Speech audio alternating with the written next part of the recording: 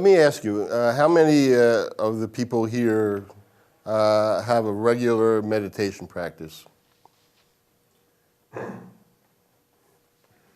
Okay, so about half.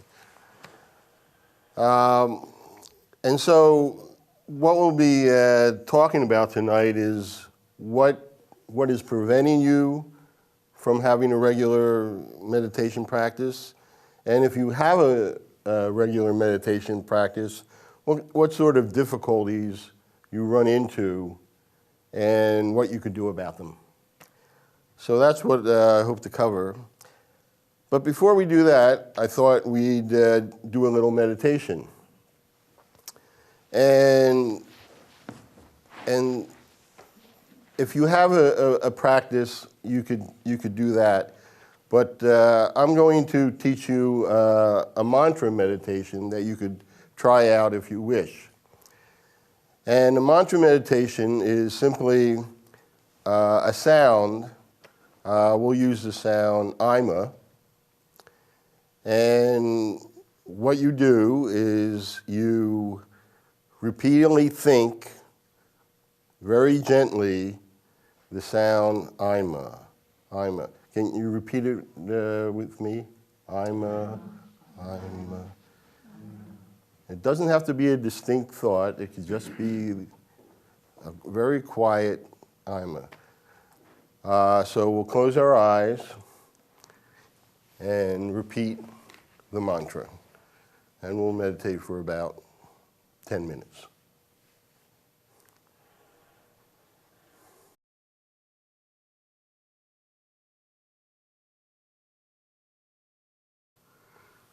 So how was that?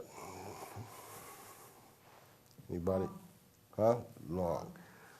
So when you say long, obviously there was lots of stuff going on, like boredom. Well entertained.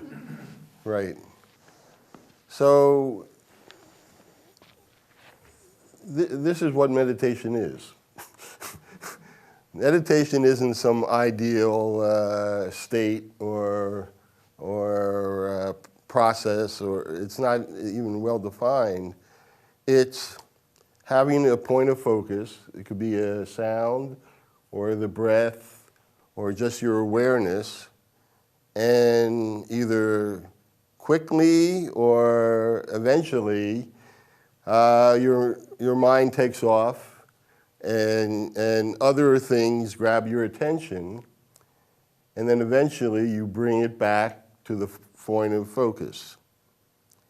And it's this continual going away and coming back that is the process of meditation.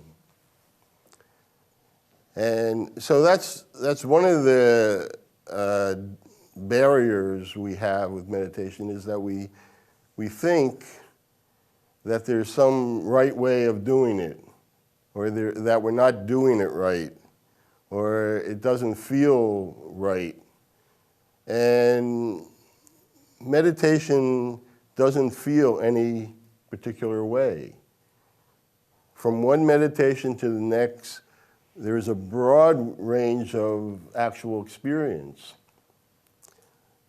But no matter what the experience or what our subjective experience is, we know both scientifically and, if you're a long-term meditator, experientially, that the benefits accrue. And the benefits is sort of the context in which we meditate. So let's talk a little bit about the particular experience we had just now. What sort of difficulties did people run into while they were, quote, trying to meditate? Does anybody want to? I want to say first, either we need the microphone, I don't know if that works, or if you can just repeat what they say. I'll probably repeat what you say. Does anybody want to? The clock. The clock. So, okay, so there's a feeling time passing slowly. No, it was the actual ticking of the Oh, clock. okay, sound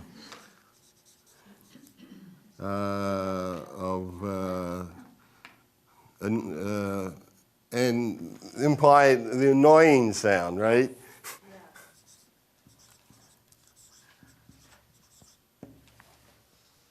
Now it's interesting. I didn't notice any sound whatsoever, but that, you know, that's a variation. But I did notice that the camera made sound, and I felt that, yeah, it was turning around. I thought it was observing us doing it. you're being watched. But it's interesting, and I go through this, I'm sure I'm not the only one. Oh. Hello. I know I'm not the only one, but sometimes, and I don't expect it, that's what happens, is the thoughts just come by. And I find if I let it go and not let that thought dominate, then I I continue. It's only temporary. Thoughts grab you. They grab your attention.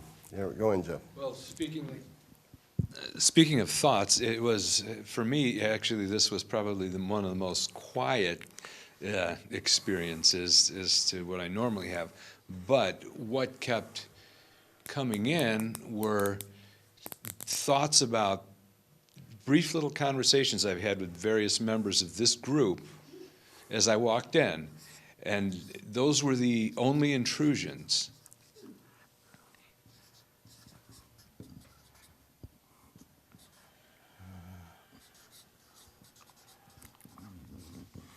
Yeah, I mean, I also, I had thought, well, what am I going to say next? And then back to the mantra. And it's interesting, you mentioned that this is one of the quietest.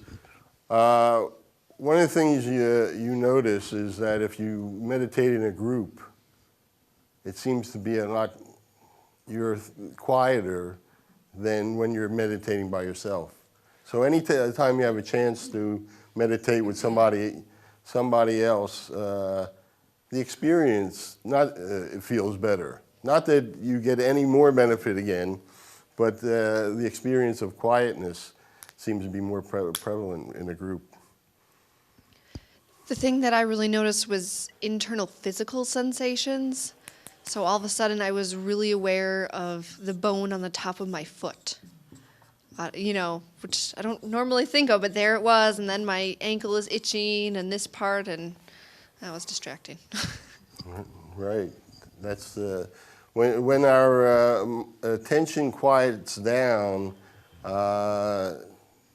anything can draw it from the least. In fact, we spend a lot of our life ignoring our body and our mind. And one of the things you notice when you start meditating is that those things that you've been ignoring for a long time get a chance to say, here I am. I've been here all along, and you've been ignoring me, and now I've got your attention. And this is a good thing. This gives a chance for these things to release if it's been held on. And so, you notice a sensation, but then you could notice pain, intense sensations, and also intense thoughts, intense emotions, all those things that we spend our busy life avoiding. Meditation, when you first start, gives it the opportunity to reveal itself. And if you continue, it'll allow it to release. And this is how we transform our lives. So what about some of the things that, quote, prevent us from sitting down and meditating? What are people's experiences in that? Time. Time is often not enough time. This is a very common complaint in our busy lives, and sometimes we're just too busy. However, one of the solutions is we don't need to meditate for a long time. In other words, if you are feeling rushed and busy, then only do it for 5 minutes or even 3 minutes. It's better to not skip a day and do it for a very short time than to, well, I'll double up tomorrow. It's the regularity that seems to be the big advantage. Anybody? Yeah. For me, it's a lack of knowledge of knowing what meditation is or should be. And then I hear all these ideas of try this or try that, and there's so many different types of meditation that it's overwhelming that I don't know where to start.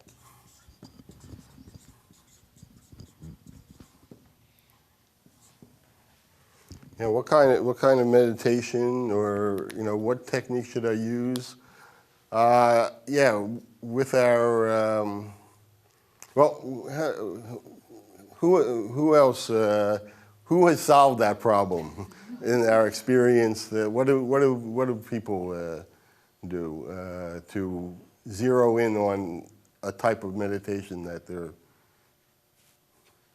Well, one of the things that I think we've kind of practiced as a group last year was a meditation on the subtle bodies and just recognizing your physical, recognizing your emotional, and letting these things go. I always found that was a good place to start, is just clear away the two major obstacles, which are physical sensations and, well, actually, I should say not the physical so much, but emotional things and thoughts. Mm-hmm. So, in just focusing on clearing that up is a bit of a job, and probably a good place to start. And then you can choose something to zero in on. I've widened my definition of meditation to, if I'm sitting on a meditation cushion, no matter what else I'm doing, it's meditation. So if I'm reading a book or staring out the window, so that's how I started.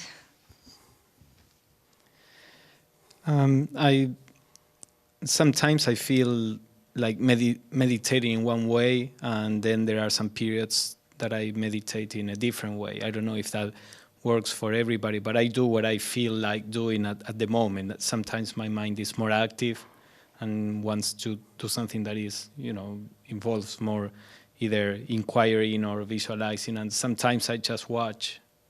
So I go with whatever I'm drawn at the moment. I think one way is to kind of just make it your own and do whatever it is that works for you. That's kind of the art part of it. It's like doing some type of painting or drawing. You just find something that kind of feels good and you develop that. Well, how have you handled that particular problem? I'm giving a great talk on mindfulness next week. So I've read a lot about it, and I've decided that is really where to start for me. So that is a good way of zeroing in on a type of meditation. Teach it. That's one way to learn just about anything, is to become an expert and teach others. Yes, if you're doing this on your own, there's a wide variety of meditations, and it's really not that important to pick one, like Pablo says. That's not a real problem, actually. That you could do different ones at different times, and that's just fine. If you happen to be lucky enough to have a teacher, that problem goes away. You just do what that teacher teaches.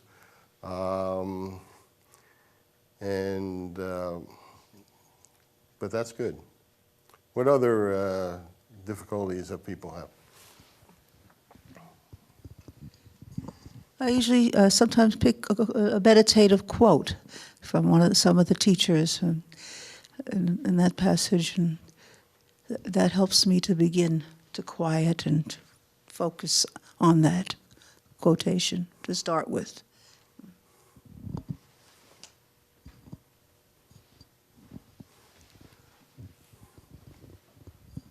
One obstacle I remember was difficult at the beginning is that I would feel sleepy whenever I was trying to meditate.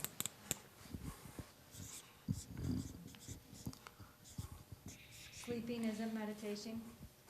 Sleeping isn't meditation? But Uh, the it- cushion it is. Again, if you sit on the cushion and you fall asleep, they've done scientific studies on that, and it's a different kind of sleep than the stuff that they measure when at night. So even when you fall asleep, that's true. When you begin meditation, again, your body takes the opportunity to grab what it needs. And if you're not giving it enough sleep, it'll take that opportunity to grab it. And initially, I would say just let it do it. And eventually, you get enough sleep, and then your meditations aren't sleepy. But it's also, sleepiness is sometimes a way for the ego to avoid the practice. It's one of the ways that the ego avoids. Other ways is all the other things, like all of a sudden your leg hurts, or your mind goes, because the mind wants to be in control. It wants to be active, and meditation doesn't really give it a role to play. So there'll be some resistance, and if you're just aware of that, like everything else, it'll settle down and move on. So anyway, I think one of the big obstacles for me is just activity. In the house, there's, with 5 people and 3 animals, there's almost always someone that's awake. So you have to get up pretty early, or at least I have to get up pretty early if I'm going to get any quiet time before the cats get up. Now, if you get up too early and you don't have enough, if I don't have enough sleep, then I get the sleepy thing that Pablo just described. But on a good day, it's kind of what you described, is then we start, we're awake, but we're wrestling with the thoughts. As far as wrestling with the thoughts, don't wrestle with it. Just as easily as you could possibly do, come back. If you start fighting the thoughts or start thinking, I'm thinking too much, I got to think less, those are thoughts also, by the way.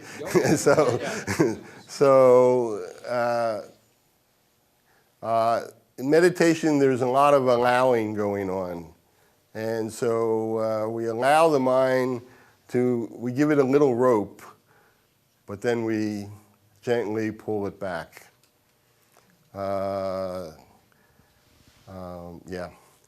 Now, finding a place or finding time, part of that helps that is to get agreement with the people you live with that this is something that's important to you.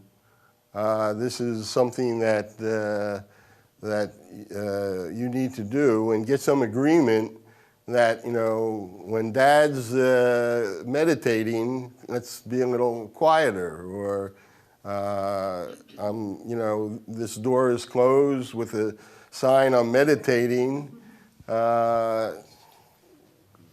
Give me that time.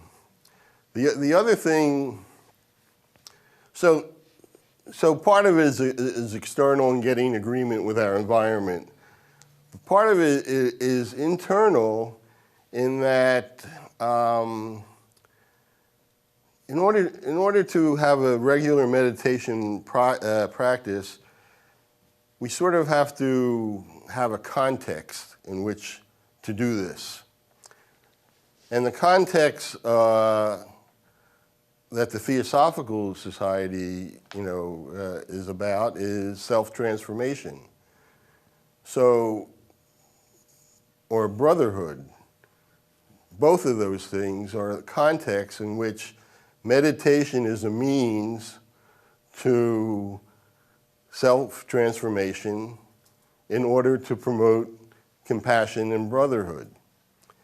And if that is your context, if that context is clear, then, you know, the priority of meditation is lifted, and excuses go down. If it's not clear in what context are you meditating, for example, there's lots of physical and mental benefits for meditation, which is another context you could meditate for. And I don't think that's as a powerful context, but it's certainly a good initial reason to do it. It's certainly the reason I started doing it, and the other things sort of came later. But, you know, since you're here and you're tuned to this channel, I suspect you already have the context of you know, being seekers of the truth and wanting to evolve and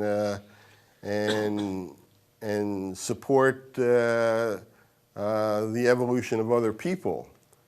And that's a very powerful context in which to do this practice. Yeah. I just wanted to say that before I knew much about meditating, I had the opportunity to be out in nature a lot, and I would just go either sit and just be in a canyon, say, and observe. And then I also walked a lot, and so I still find myself able to just slip into that space where when I'm walking, I'm almost like meditating. So. Yeah, you've discovered walking meditation. Yes. It is even a technique that people teach, but meditation is a very natural process. And when we're not being bombarded by other external things or internal things, we naturally fall back into this contemplative, appreciating nature type of activity. And a lot of people experience it in nature or great art or music. These are all acceptable behaviors in the Western world, and so that's where we can grab that experience. I've noticed also doing something that's mundane, like folding the clothes, can be very meditative for me. And I've talked to other people who, if they work on cars or if they work on a computer and it's, just repetitive type motion, that is something that helps them meditate, or something that they really have to focus in on that will help put them in a more clear state. Yes. I guess another barrier that is related to those, but we didn't mention in particular, is probably emotions, whether we are worried or afraid or angry or, negative emotions. If they are positive, probably they help meditation. So how do people deal with that?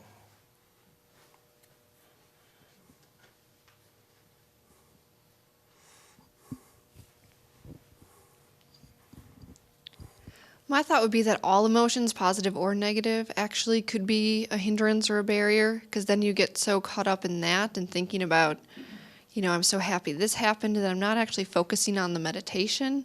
So it's what you said, just always coming back to the breath, focusing on what I'm doing here and now, and letting that go.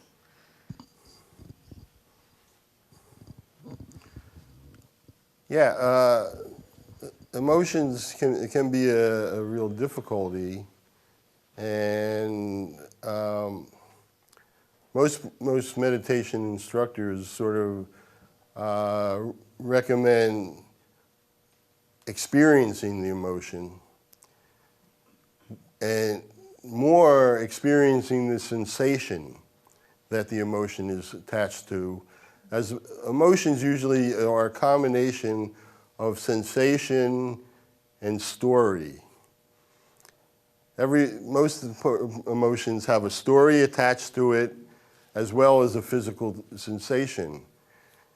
And if you just focus on the physical sensation and try to let go of the story, that seems to be a way of being able to allow the emotion to release.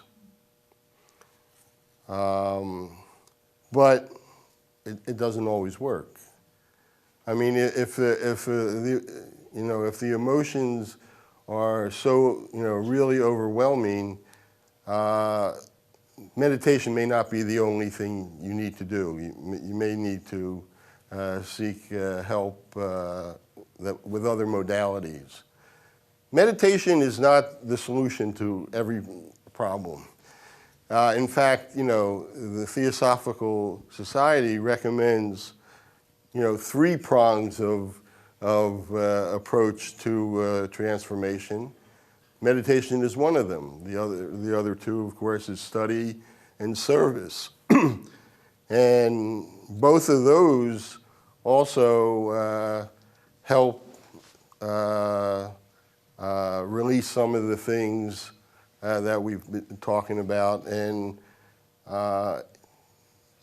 it's like a 3-legged stool. You need all 3 legs.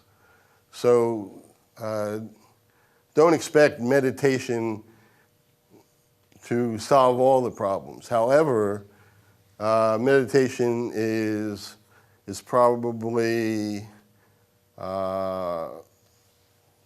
one of the most important.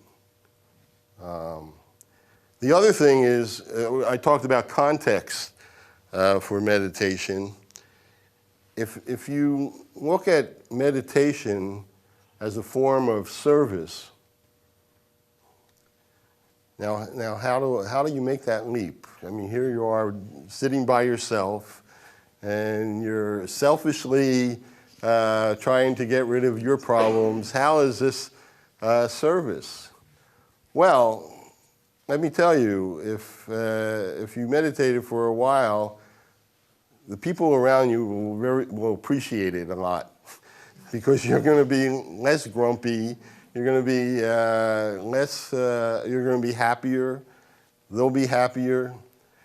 So just transforming yourself is a very important service to mankind. One of the masters say, first, do no harm.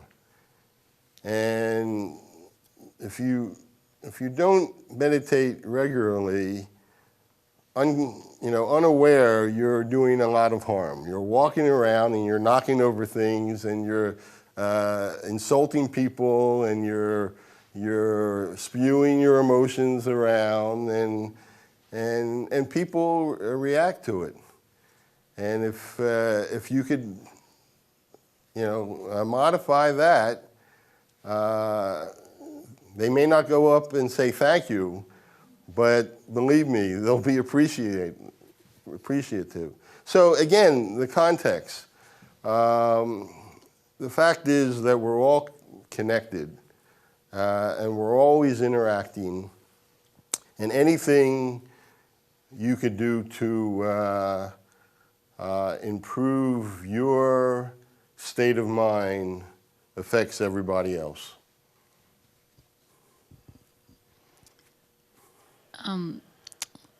Well, there was one thing I wanted to say, and now I've lost it.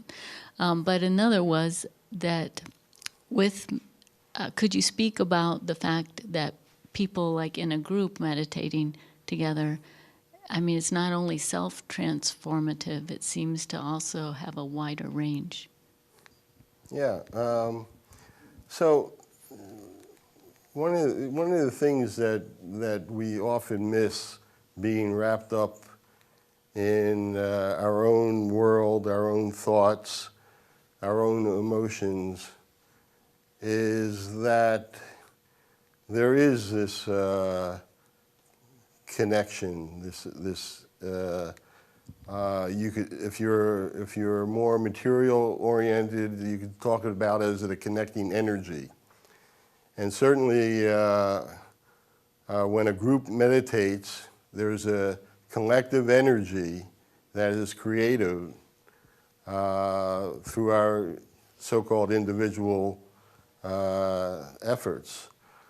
But the fact is, we're always a part of a big group called the people of Earth.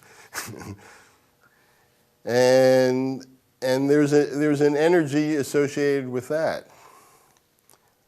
But in a smaller group, given our sensitivity, we could really experience this connection, this energetic connection. It's a very easy thing to experience. Just like we noticed that when we were meditating together, somehow our thoughts are much less, and we're more peaceful, and the things that we struggle with at home when we do it somehow don't come up as much in a group. And this is a verifiable, repeatable experiment that I encourage everybody to make, to meditate in a group or even with one other person. It's a good experience.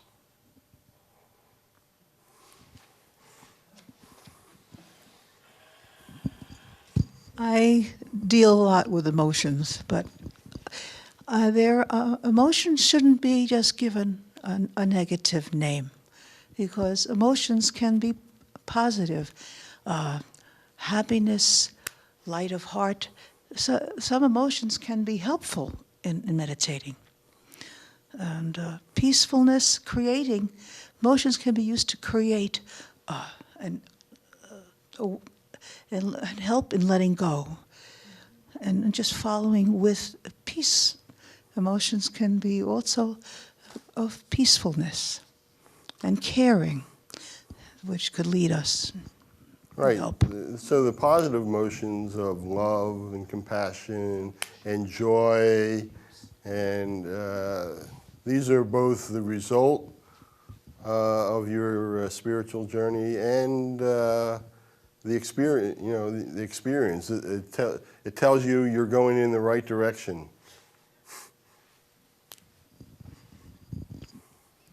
Just to bring this full circle, can you tell us what the Ima mantra meant that we were meditating on in the beginning, or what your intentions were with us doing that? the I'm a mantra doesn't mean anything, but it does have a vibrational facility to, so I'm told, to quiet the mind. So it has that, there are certain sounds that are good to repeat mentally because it is conducive to a deepening of consciousness. And the key is that you want a sound that doesn't mean anything. In other words, doesn't encourage the thinking mind, encourages the so-called higher manas. For me, that was distracting because I kept thinking I'm something, so I wanted to keep completing it. I know. I'm an old cowhand and sing songs and things like. Of course, our minds are going to go there anyway. But the idea is it has no innate meaning and to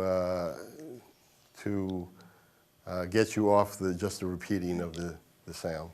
Is there any benefit to doing mantra meditation versus just breath or Well, something else? I did mantra meditation for 35 years because that's how I was taught to meditate, and it works. I mean, so that's an advantage. But some people find it easier just to follow a sound than it is to follow the sensations of the breath. So again, it's what you find easier. Whatever it is that allows you to do it regularly.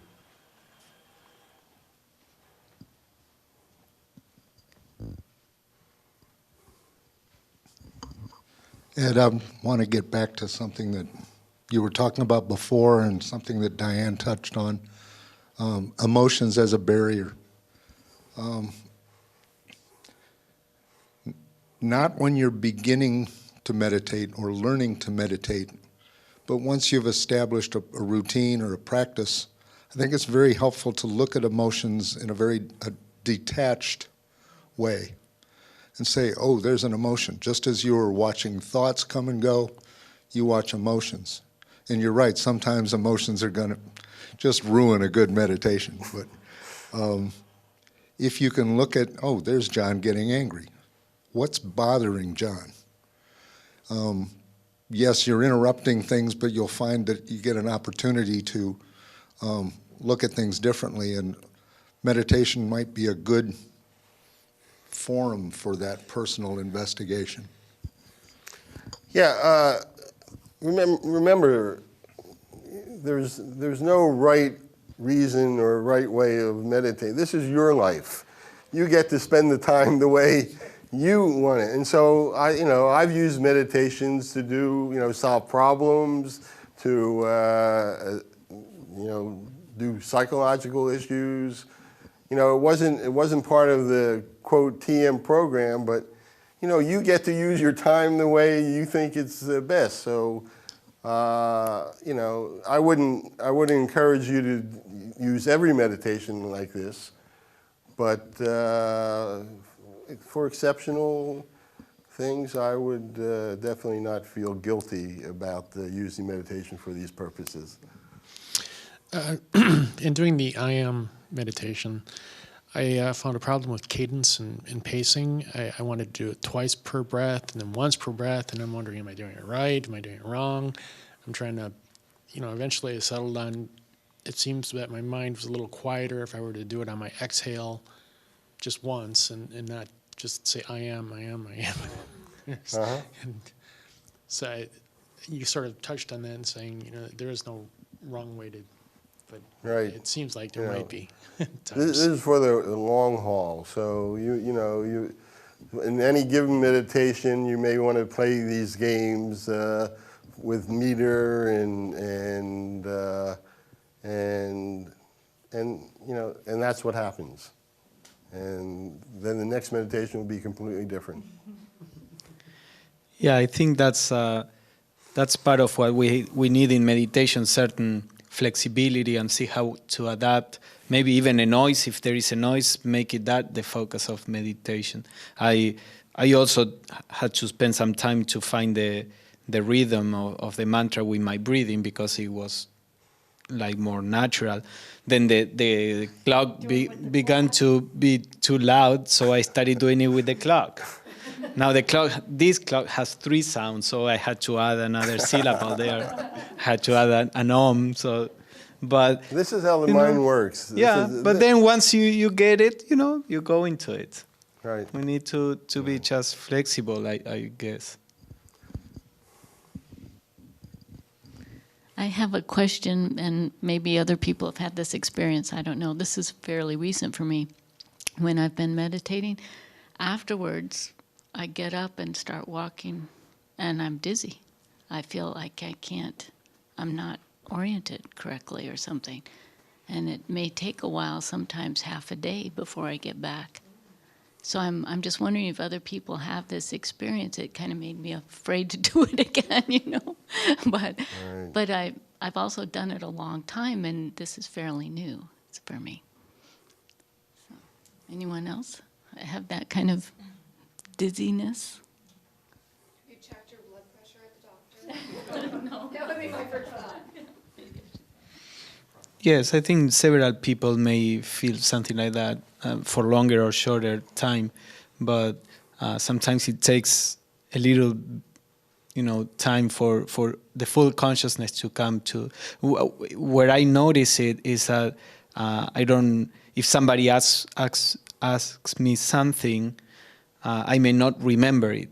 I know it's in my mind, but it takes me a while to go and get the information, so I get a little absent-minded. But I think those things are common. And with practice, they get integrated more to our life so that they don't last long. I don't know if anybody else. Got one. Yeah, you'll notice mental and physical changes as time goes on, and some temporary phenomena can occur. We know that meditation restructures the brain, and it also restructures the body, and so it's nothing to worry about. It's a common occurrence. Sometimes, for example, you'll get a headache or something like that for a short time. Often that's a signal that you're trying too hard, and you could back off a little bit, and maybe you'll have to reduce the time you meditate for a short time if it becomes too much of a problem, and then readjust it.